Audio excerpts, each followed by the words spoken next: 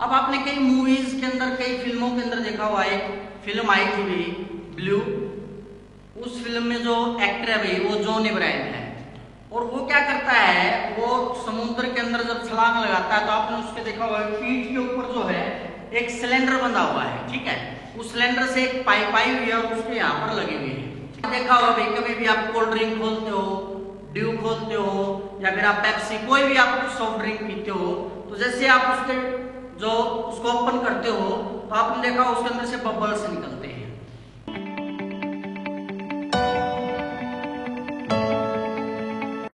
Dear students, आज की इस लेक्चर के अंदर हम पढ़ेंगे हमारा फिजिकल केमिस्ट्री की जो यूनिट चली हुई है हमारी सॉल्यूशन।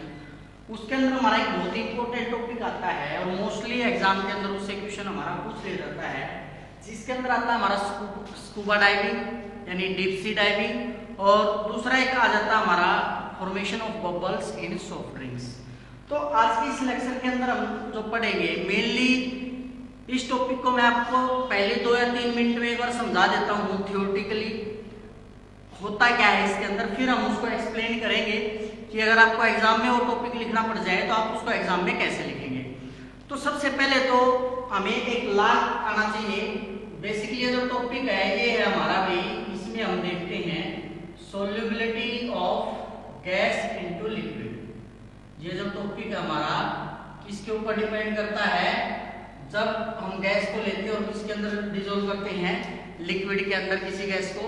तो बेसिकली जो सोल्युबिलिटी ऑफ गैस है लिक्विड के अंदर वो 3 बातों पर डिपेंड करती है हमारी। Number 1 nature of reactant, number 2 depend करती है हमारा टेम्परेचर के ऊपर, और नंबर 3 जो सबसे मेन है और यही हम डिस्कस करेंगे प्रेशर के ऊपर। कि जो सोल्युबिलिटी ऑफ गैस है लिक्विड के अंदर, उसके अंदर क्या होता है हमारा जो गैस है जितना ज्यादा हम प्रेशर लगाएंगे उतनी ज्यादा डिसॉल्व होती है। आप इसका एक एग्जांपल देख सकते हैं कि सपोज कीजिए ये कोई वेसल है, ठीक है, यहाँ पर हमने कोई लिक्विड डाला हुआ है इसके अंदर और यहाँ पर जो है गैस प्रेजेंट है, ठीक है। हमने क्या किया, यहाँ पर एक फ्रिक्शनलेस पिस्टन लगा दिया जिसके ऊपर जो प्रेशर है वो क्या है, हमने P लगाया है। अब शुरुआत में प्रेशर था मान लिया P1, फिर मैंने क्या कर दिया प्रेशर P2 कर दिया।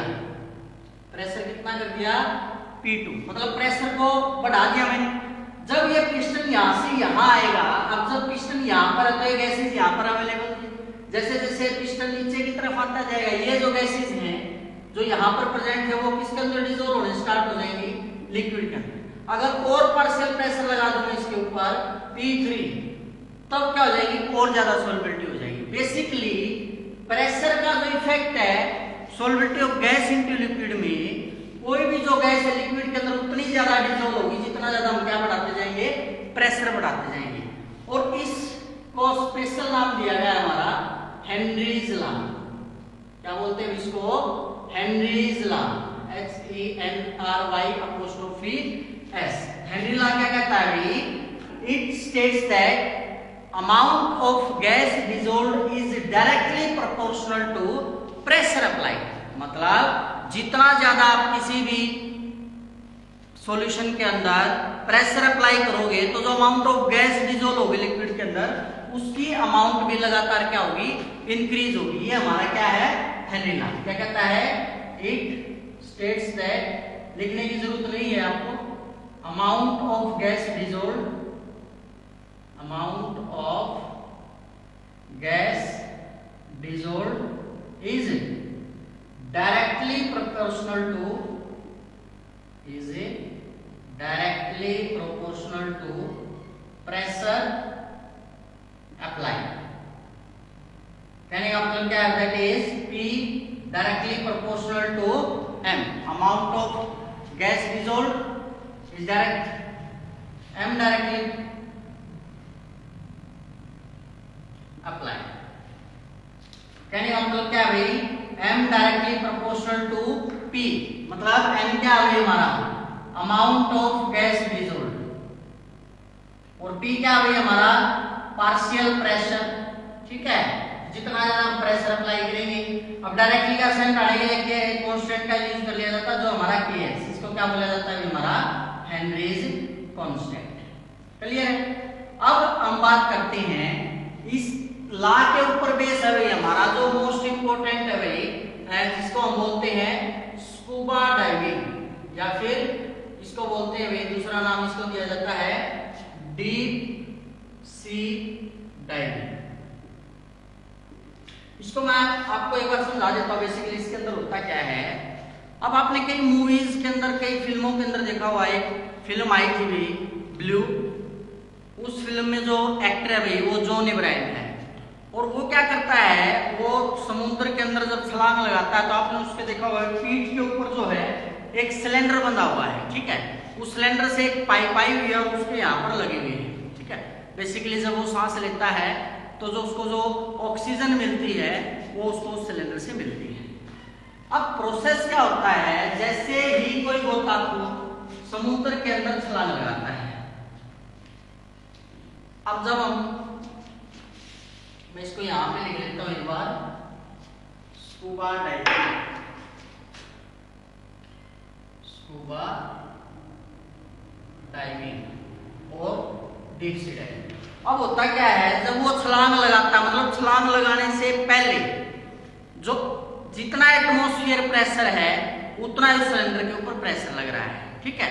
जैसे जैसे गोताखोर क्या करेगा, डीप इनसाइड द सी जाएगा, जैसे जैसे समुद्र के अंदर जाएगा, क्या होगा भाई, चारों तरफ से प्रेशर बढ़ेगा। मतलब एक तो उसका खुद का प्रेशर होगा, दूसरा जितने वाटर ने उसको सराउंड कर लिया, जितना वो गहराई में जाएगा, जितना अमाउंट ऑफ वाटर है वो सारा उसके ऊपर प्रेशर एक्सर्ट कर रहा है। तो जब शुरुआत में इस तकनीक की खोज की गई तो डाइवर्स अपने साथ क्या करते थे भाई, सिलेंडर के अंदर केवल ऑक्सीजन गैस को लेकर के जाते थे। किसको कैरी करते थे, सिलेंडर के अंदर ऑक्सीजन गैस को ही कैरी करते थे। अब हुआ क्या, जब गोताखोर ज्यादा गहराई में चला जाता था और प्रेशर बहुत ज्यादा बढ़ जाता है तो जो अमाउंट ऑफ गैस है वो भी बढ़ जाएगी, क्योंकि एड्रिला क्या कहता है, M directly proportional to P, मतलब बॉडी को जितनी ऑक्सीजन चाहिए उससे कहीं ज्यादा ऑक्सीजन जो है बॉडी के अंदर ट्रांसफर हो जाती है, चली जाती है। अब उससे होता क्या है, उसका एक मेन ड्रॉबैक है, वो जो एक्सेस अमाउंट ऑफ ऑक्सीजन है वो क्या कर देती है, कैटालाइज कर देती है एंजाइम्स को, या फिर डैमेज कर देती है नर्व्स को। तो हमारा नर्वस सिस्टम है उसको क्या कर देती है, वो डैमेज कर देती है, ठीक है। अब इससे क्या हुआ भाई, जब वो गोताखोर बाहर आता तो उसके जीने के चांसेस बहुत कम हो जाते हैं। तो फिर डाइवर्स की समस्या का जो समाधान निकाला गया, उनको बोला गया भाई कि आप है ना सिलेंडर के अंदर क्या करो, अकेली ऑक्सीजन मत लेके जाओ, साथ में आप एक गैस और मिला लो, इसके N2 और O2 को मिला करके दे दिया गया और इसको नाम दे दिया गया कंप्रेस्ड एयर, कि आप जो है अपने साथ क्या लेके जाओ सिलेंडर के अंदर, कंप्रेस्ड गैस। अब इससे हुआ क्या, अकेली ऑक्सीजन नहीं थी सिलेंडर के अंदर, नाइट्रोजन भी साथ में थी। तो अब नाइट्रोजन जो है भाई नॉर्मल प्रेशर के ऊपर हमारी बॉडी के अंदर डिसॉल्व नहीं होती है, तो जो ऑक्सीजन है केवल वो चली गई, लेकिन इतनी ज्यादा अमाउंट है नहीं कि भी ज्यादा प्रेशर बढ़ने से बहुत ज्यादा अमाउंट ऑफ ऑक्सीजन चली जाएगी। तो हुआ क्या, नीचे जाने से हेनरी लॉ अप्लाई होगा, amount of gas is directly proportional to P यानी प्रेशर। जब गोताखोर बहुत ज्यादा गहराई में चला गया तो जो N2 इनसॉल्युबल थी at normal pressure, at a normal pressure become soluble at high pressure, क्योंकि अंदर जाने पर प्रेशर बहुत ज्यादा बढ़ गया। तो जो गैस इनसॉल्युबल थी नॉर्मल प्रेशर के ऊपर, पानी में जाने से प्रेशर बहुत ज्यादा बढ़ गया, जिस कारण से उसकी सोल्युबिलिटी बढ़ गई और जो N2 गैस थी वो भी डिसॉल्व हुई। अब जो ऑक्सीजन है उसको तो भाई हमारा शरीर जो है यूज कर लेता बॉडी के मेटाबॉलिज्म में। मेटाबॉलिज्म क्या है भाई, जो केमिकल रिएक्शंस हमारे शरीर के अंदर होती है, chemical reactions occurring in our body. तो जो ऑक्सीजन थी वो तो हमारी बॉडी के मेटाबॉलिज्म में यूज होगी, लेकिन जो N2 थी वो यूज नहीं हुई। अब भाई वो गोताखोर है, ऐसा तो है नहीं कि सारी उम्र पानी के नीचे रहने वाला है, समुद्र की गहराई में रहने वाला है। अब उस गोताखोर को वापस कहां पे आना है भाई, सरफेस के ऊपर भी आना है, ठीक है। अब जैसे जैसे वो सरफेस के ऊपर आएगा, जो प्रेशर है वो क्या करेगा, डिक्रीज करेगा। प्रेशर डिक्रीज करेगा तो सॉल्युबिलिटी भी क्या करेगी, डिक्रीज। मतलब जो N2 बॉडी के अंदर सोल्यूबल होगी थी, अब वो दोबारा से क्या हो जाएगी भी, इनसोल्यूबल हो जाएगी। क्या हो जाएगी, इनसोल्यूबल हो जाएगी। और बॉडी के अंदर क्या क्रिएट कर देती है भाई, वो बबल्स क्रिएट कर देती है। और वो बबल्स क्या करते हैं भाई, जो ब्लड सर्कुलेशन हो रहा है हमारा, उसके फ्लो में जो है ब्लॉकिंग कर देते हैं, उसकी ब्लॉकेज कर देते हैं। यानी ब्लड को जो है रेगुलरली अच्छे से फ्लो नहीं करने देते हैं, जिस कारण से जो डिजीज हो जाती है उसको नाम दिया जाता है बैंड्स, और इसको एक नाम और दिया जाता है डीकंप्रेशन सिकनेस। क्या बोलते हैं इसको, डीकंप्रेशन सिकनेस। इस बीमारी से भी सीवर केसेस में अगर ज्यादा देर तक जो गोताखोर है वो धरती के यानी पानी के नीचे रह गया, समुद्र के नीचे रह गया है, तो कई केसेस में क्या हो जाती है, उसकी डेथ भी हो जाती है। ठीक है, तो इसलिए फिर जो डाइवर्स की समस्या का सॉल्यूशन था वो निकाला गया भाई कि आप अपने साथ ना कोई डाइल्यूटेड सॉल्यूशन लेके जाओ। तो फिर जो डाइल्यूटेड सॉल्यूशन तैयार किया गया वो हीलियम का तैयार किया गया। मतलब N2 और O2 तो पहले ही थी, साथ में उन्होंने एक गैस और मिला दी, हीलियम। हीलियम को कितने परसेंट रखा गया, 11.7%। नाइट्रोजन को कितने परसेंट रखा गया, 56.2%। और ऑक्सीजन को कितने परसेंट रखा गया, 32.1%। अब हीलियम डालने से हुआ क्या, जो गैस के बबल्स बन रहे थे अब वो बबल्स नहीं बने, क्योंकि उन्होंने उसके क्या कर दिया भाई, डाइल्यूट कर दिया, लिक्विड फॉर्म में ला दिया। तो उस वजह से भी जो गोताखोर थे उनकी समस्या का जो है समाधान निकाला गया।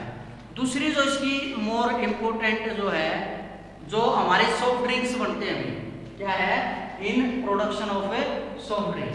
ये जो हेनरी लॉ है भाई, जब आपने देखा होगा भाई कभी भी आप कोल्ड ड्रिंक खोलते हो, ड्यू खोलते हो या फिर आप पेप्सी कोई भी आप सॉफ्ट ड्रिंक पीते हो, तो जैसे आप उसके जो उसको ओपन करते हो तो आपने देखा उसके अंदर से बबल्स निकलते हैं, देखा है ना, होता है ना ऐसा। और थोड़ा सा नमक डाल दो तो फिर तो बिल्कुल ही फासले निकलते।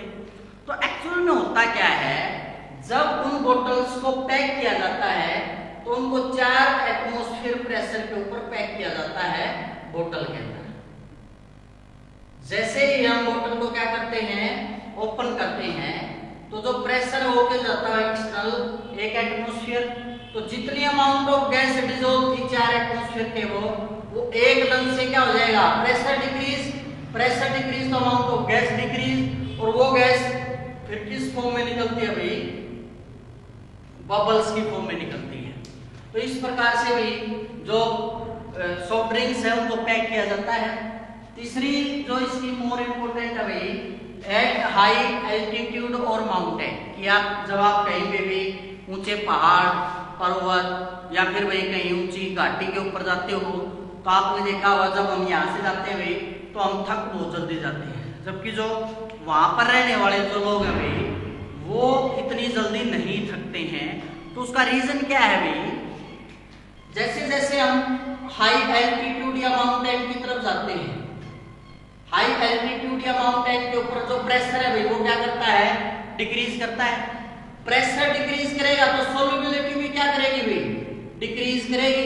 अब सोल्युबिलिटी डिक्रीज होगी मतलब अमाउंट जितनी ऑक्सीजन की चाहिए हमारे शरीर को उतनी ऑक्सीजन हमारे शरीर को मिल नहीं पाती है, ठीक है, जिस कारण से हमें वीकनेस फील होती है, हम अच्छे से डिसीजन नहीं ले पाते हैं, और सीवर केसेस में जो इंसान है कई बार बेहोश भी हो जाता है, ठीक है। तो इसका रीजन क्या है भाई कि लो प्रेशर के ऊपर सोल्युबिलिटी कम है और हमारी बॉडी उसके साथ कोप अप नहीं कर पाती। लेकिन जो वहां पर पहले से रह रहे हैं उनकी बॉडी के अंदर क्या होती है भाई, आरबीसीज की जो नंबरिंग है वो ज्यादा होती है, जिस कारण से वो मोर अमाउंट ऑफ ऑक्सीजन को बॉडी के अंदर ले पाते हैं। लेकिन अगर आप वहां पर थोड़े दिन रुक जाओ तो आपको भी लगेगा कि अब आपको थकान नहीं हो रही है, क्योंकि हमारी बॉडी भी क्या कर देती है भाई, नंबर ऑफ आरबीसीज बढ़ा देती है, जिस कारण से फिर हमारे शरीर के अंदर जो कमी होनी है भाई ऑक्सीजन की वो नहीं हो पाती है और हम जो है बिल्कुल एक प्रकार से स्वस्थ रहते हैं। क्लियर है।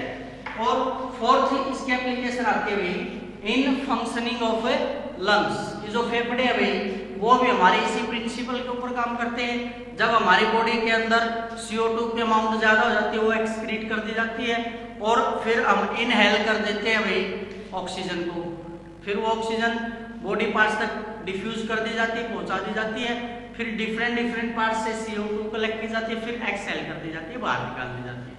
तो अब हम पढ़ेंगे, अगर इसको एग्जाम में लिखना है भाई मोस्ट इंपोर्टेंट है भाई, मोस्टली एग्जाम के अंदर ये पूछा भी जा सकता है कि आप स्कूबा डाइविंग को एक्सप्लेन कीजिए, तो उसको कैसे एक्सप्लेन करना है क्या है वो अब हम करेंगे। क्या कहा था भाई मैंने शुरुआत में कि जो स्कूबा डाइवर्स थे भाई शुरुआत में वो ऑक्सीजन कैरी करते थे, तो क्या लिखेंगे वह स्कूबा डाइवर्स डिसेंड्स, डिसेंड का मतलब क्या भाई उतरना एक प्रकार से, डिसेंड इनटू ओशन, जब वो समुद्र के अंदर जाते हैं भाई या समुद्र के अंदर उतरते हैं, then external pressure they experience is the sum of, किस किस का सम है भाई वो, number 1 atmospheric pressure on the top of water. पहला जो प्रेशर वो फील करेंगे वो प्रेशर होगा जो पानी के ऊपर पहले से एटमॉस्फेयर के द्वारा लगाया गया है, ठीक है। जबकि दूसरा pressure due to weight of water above है, और दूसरा जो प्रेशर वो एक्सपीरियंस करेंगे वो प्रेशर जो कौन लगा रहा है, वाटर लगा रहा है। अब दो तरह के प्रेशर एक्ट कर रहे हैं, एक वो जो एटमॉस्फेयर ने लगा रखा वाटर सरफेस के ऊपर, अब वो डाल लिया भाई पानी के अंदर, तो अब वाटर के ऊपर तो जो प्रेशर लग रहा था वो तो लग ही रहा है, अब जो वाटर है उसने भी उसके ऊपर क्या कर दिया, प्रेशर लगा दिया। तो बेसिकली दो टाइप के प्रेशर वो एक्सपीरियंस कर रहा है, एक वो एटमॉस्फेयर जो टॉप ऑफ वाटर पे लगा हुआ है, और दूसरा जो प्रेशर है due to weight of water वो देन, ठीक है। अब क्या होगा, अंडर वाटर पानी के नीचे the pressure of air taken into lungs is equal to external pressure which increases by 1 atmosphere or 101 kilopascal for each 10 meter as the divers descends। मतलब अब नॉर्मली वो क्या कर रहा है भाई, अपने सांस ले रहा है, लेकिन जैसे ही पानी के नीचे जाता है जो प्रेशर वो जो सांस वो लेगा लंग्स के अंदर में वो किसके बराबर होगी, एक्सटर्नल प्रेशर जो लग रहा है अब वो बढ़ने लग जाएगा। कितना बढ़ेगा, जैसे मान लिया सपोज कीजिए ये समुद्र है, यहाँ पे डाइवर है, मान लिया ये है सरफेस का टॉप, यहाँ पे प्रेशर लगा हुआ था मान लिया भाई 1 एटमॉस्फेयर, ठीक है। अब यहाँ से वो अंडर वाटर आ गया मान लिया 10 मीटर, तो यहाँ पे अब जो प्रेशर बढ़ जाएगा कितना बढ़ जाएगा भाई, 1 एटमॉस्फेयर बढ़ जाएगा हर 10 मीटर पे, मतलब कितना हो गया 2 एटमॉस्फेयर, फिर और 10 मीटर वो नीचे आएगा, फिर कितना होगा 3 एटमॉस्फेयर। तो इस तरह से आप देख रहे हैं लगातार जो एक्सटर्नल प्रेशर है वो अब क्या होने लग रहा है, बढ़ने लग रहा है। अब मैंने क्या बताया था, एम डायरेक्टली पी, जैसे जैसे प्रेशर बढ़ेगा अमाउंट ऑफ गैस डिसॉल्व वो भी क्या करने लग जाएगी, बढ़ने लग जाएगी, ठीक है। अब इसके बाद क्या होगा भाई, as total pressure of air taken into lungs increases, जो टोटल प्रेशर लग रहा है भाई एयर का लंग्स के अंदर क्या हो रहा है, इंक्रीज हो रहा है, hence the partial pressure of O2 partial pressure of oxygen यानी O2 इन एयर इंक्रीजेस, जो पार्शियल प्रेशर एयर का वो भी बढ़ जाएगा and concentration of O2 into blood goes up, और प्रेशर बढ़ने से जो ऑक्सीजन की अमाउंट डिसॉल्व थी वो भी क्या हो जाएगी, भी बढ़ जाएगी।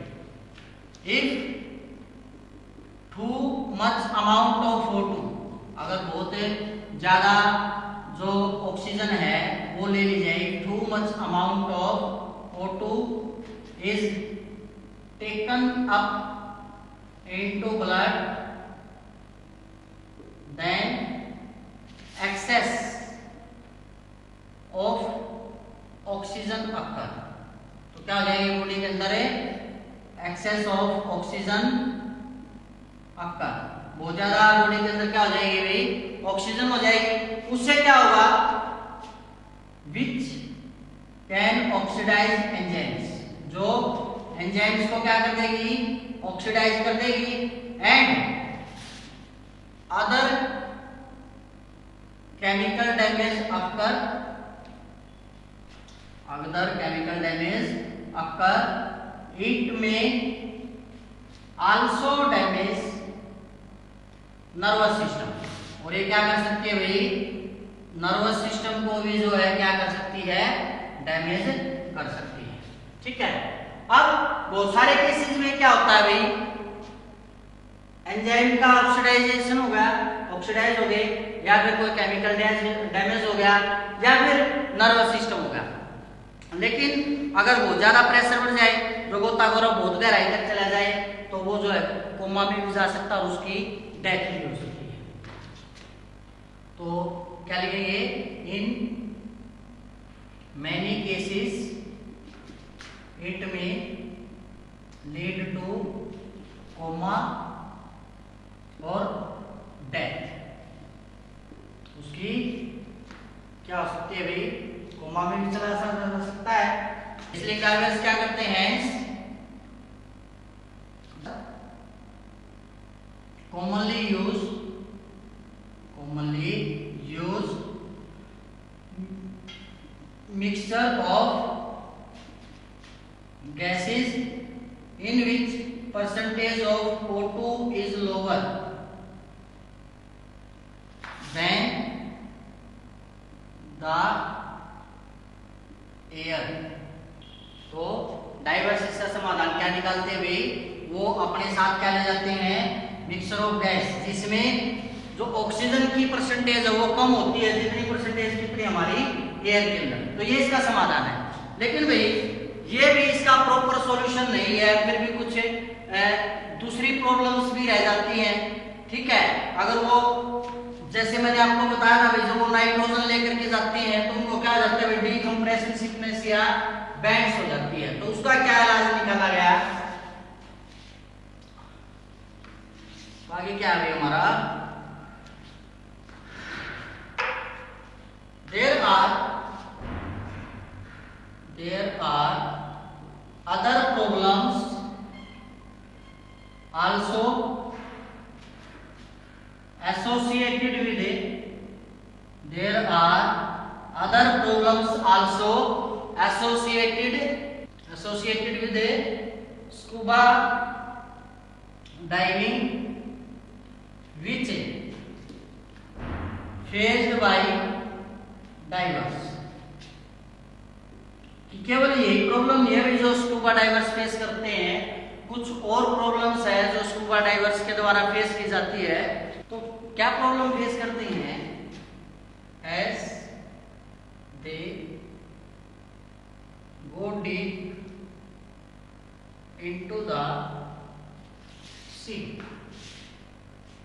कि जब वो गोताखोर है वो ज्यादा गहराई के अंदर जाते हैं, higher partial pressure of N2, higher partial pressure of nitrogen leads to higher concentration of O2, leads to higher concentration of N2, O2 नहीं सॉरी N2 कि जैसे जैसे पार्शियल प्रेशर बढ़ता है तो जो नाइट्रोजन गैस है उसकी कंसंट्रेशन भी क्या हो जाती है बॉडी के अंदर ज्यादा हो जाती है, विच एंटर द लंग्स, और फिर वो किसके अंदर चली जाती है हमारी फेफड़ों के अंदर, and cause a condition called nitrogen necrosis. इस कंडीशन को क्या बोला जाता है साइंस के लैंग्वेज के अंदर है नाइट्रोजन नेक्रोसिस। मतलब जब एक्सटर्नल प्रेशर बढ़ने से लंग्स के अंदर N2 की कंसंट्रेशन हाई हो जाती है उसको क्या बोला जाता है हमारा नाइट्रोजन नेक्रोसिस बोला जाता है। ठीक है, अब आगे क्या होगा भाई नाइट्रोजन नेक्रोसिस के बाद, और रप्चर ऑफ द डीप, एक नाम और दिया जाता है इसको, क्या बोला जाता है रप्चर ऑफ ए डीप। ठीक है, as long as the diver remains in deep, जैसे जैसे जो डाइवर है भाई ज्यादा देर तक गहराई के अंदर रहता है, remains in deep below the surface the bubbles are not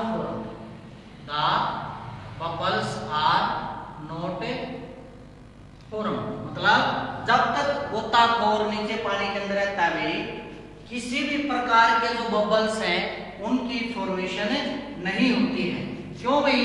because P external का मतलब क्या है, external partial pressure is greater than potential pressure. Potential pressure तो क्या है भाई, जो नॉर्मल प्रेशर है जिसके ऊपर जो हम मान लिया सरफेस के ऊपर थे उससे ज्यादा क्या लग रहा है भाई, एक्सटर्नल प्रेशर लग रहा है, वाटर का प्रेशर लग रहा है और एटमॉस्फेरिक प्रेशर, दो प्रेशर लग रहे हैं, वो ग्रेटर है किससे, पोटेंशियल प्रेशर से। But when diver begin to rise, लेकिन जब डाइवर क्या करता है भाई ऊपर आना स्टार्ट करता है, begin to rise situation changes, जो ऊपर आता है भाई सिचुएशन क्या हो जाती है, चेंज हो जाती है। ठीक है, अब सिचुएशन चेंज दो तरह से हो सकती है, या तो डाइवर स्लोली सरफेस के ऊपर आए या फिर डाइवर बहुत फास्टली ऊपर आए। अगर डाइवर स्लोली ऊपर आता है तो बॉडी के अंदर किसी प्रकार की बबल्स फॉर्मेशन नहीं होती।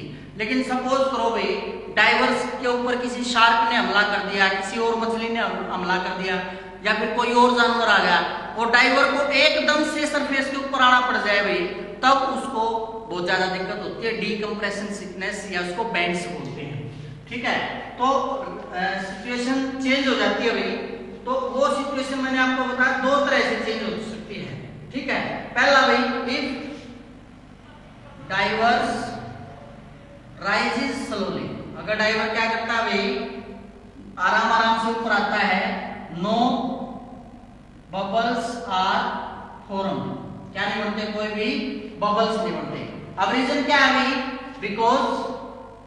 बिकॉज लिख भी सकते हैं, या दो सिंबल ऊपर और एक नीचे, बिकॉज का होता है भाई, बिकॉज क्योंकि उस केस में क्या होता है भाई जब कोई बबल्स नहीं बनता, gases expelled from lungs at a rapid rate,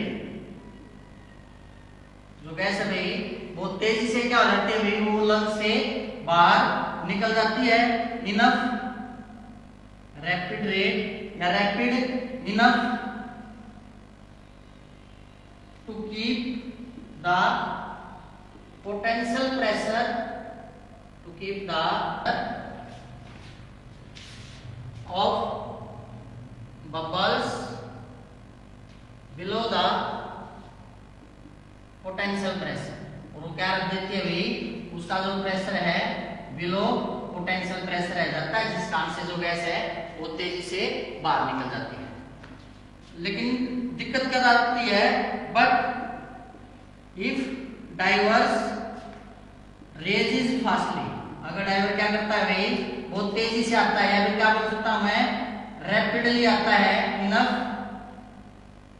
rapidly enough gases do not leave blood stream, जो गैस है भाई वो ब्लड स्ट्रीम को लीव नहीं करती है, उनसे बाहर नहीं निकलती हैं, do not leave blood streams, fast enough to keep potential pressure of bubbles below diminishing pressure, कि जो पोटेंशियल प्रेशर बार है उससे कम नहीं रख पाती है, क्योंकि वो जो डाइवर है वो एकदम से क्या आ गया भाई, बहुत ऊपर आ गया है, ठीक है। Hence bubbles remains in blood, तो ब्लड के अंदर जो है भाई क्या बन जाते हैं, हमारे बबल्स बन जाते हैं इन्हें ब्लड स्ट्रीम, उससे क्या होगा भाई, blocking the smooth flow of blood. अब उन बबल से क्या होगा भाई, वो ब्लॉक कर देंगे ब्लड स्ट्रीम के अंदर से जो ब्लड फ्लो कर रहा था उसको स्मूथली जो है वो फ्लो नहीं करने देंगे, ठीक है। किसके अंदर से, through smaller vessels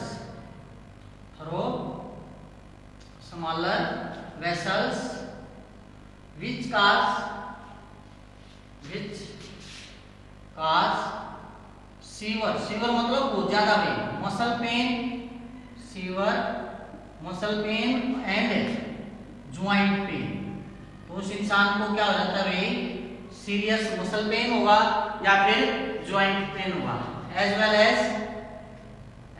as a serious disorder, उसको भाई एक बहुत ही भयानक बीमारी भी हो सकती है, जिसे क्या बोला जाता है भाई, कार्ड बैंड्स और डीकंप्रेशन सिकनेस, कार्ड बैंड्स और डीकंप्रेशन सिकनेस, क्या नाम देते हैं उसको, बैंड्स या फिर डीकंप्रेशन सिकनेस। अब यहां से क्या निकल के आ रहा है भाई, इसका मतलब तो गोताखोर कभी पानी में जाए ही नहीं, वो पानी में उतरेगा नहीं, क्योंकि उसको जान का खतरा है, तो इसका भी एक सॉल्यूशन निकाला गया है, ठीक है। तो क्या है भाई इसका solution, to avoid it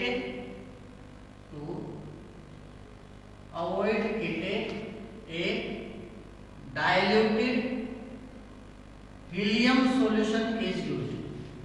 scientist ने क्या किया भाई, एक डाइल्यूटेड हीलियम सॉल्यूशन का यूज किया। अब डाइल्यूटेड का मतलब क्या है भाई, वो बबल्स मान लिया अगर थोड़े बहुत बन भी रहे तो उसको लिक्विड फॉर्म में ले आए, उसको डाइल्यूट कर देगा, यानी बबल्स की फॉर्मेशन होगी नहीं। अब इसके लिए हमारी परसेंटेज बहुत जरूरी है, जो डाइल्यूटेड हीलियम सॉल्यूशन है उसकी कंसंट्रेशन हीलियम है भाई हमारा 11.7%, ठीक है। नाइट्रोजन होती है इसके अंदर लगभग 56.2% और ऑक्सीजन होती है हमारी 32.1%, क्लियर है। उसके बाद आ जाता है हमारा फॉर्मेशन ऑफ बबल्स, कि जो भी सॉफ्ट ड्रिंक्स हम ओपन करते हैं उसके अंदर भाई जो बबल्स की फॉर्मेशन है वो क्यों होती है, ठीक है। तो जब भी सॉफ्ट ड्रिंक्स पैक की जाती है उनको 4 एटमॉस्फेरिक प्रेशर के ऊपर बोतल किया जाता है, तो क्या लिखेंगे, soft drinks are bottle having about 4 atmosphere of CO2, whereas potential pressure of CO2 in dry air is less than 0.00035 atmosphere। अब है उसका इतना भी पोटेंशियल प्रेशर और उसको हमने सॉफ्ट ड्रिंक में पैक कर दिया इतने ज्यादा हाई प्रेशर के ऊपर, तो इससे होगा क्या, but as the soft drinks are open, जैसे हम क्या करते हैं भाई सॉफ्ट ड्रिंक्स को क्या कर देंगे, ओपन कर देंगे, then the external pressure then the external pressure immediately drops to 1 atmosphere. अब कहाँ तो उस बोतल का जो प्रेशर था भी 4 एटमोस्फेयर पे गैस को उसके अंदर डिसॉल्व किया गया था, कहाँ एकदम से बोतल को ओपन करते ही हमारा प्रेशर कितना होगा, 1 एटमोस्फेयर होगा। तो इससे क्या होगा, एकदम से जो गैस है वो बबल्स की फॉर्म में बाहर की तरफ भागेगी, ताकि जो पी एक्सटर्नल है और जो पोटेंशियल प्रेशर है वो इक्वल हो जाएगी। ठीक है, are open and drops to 1 atmosphere which is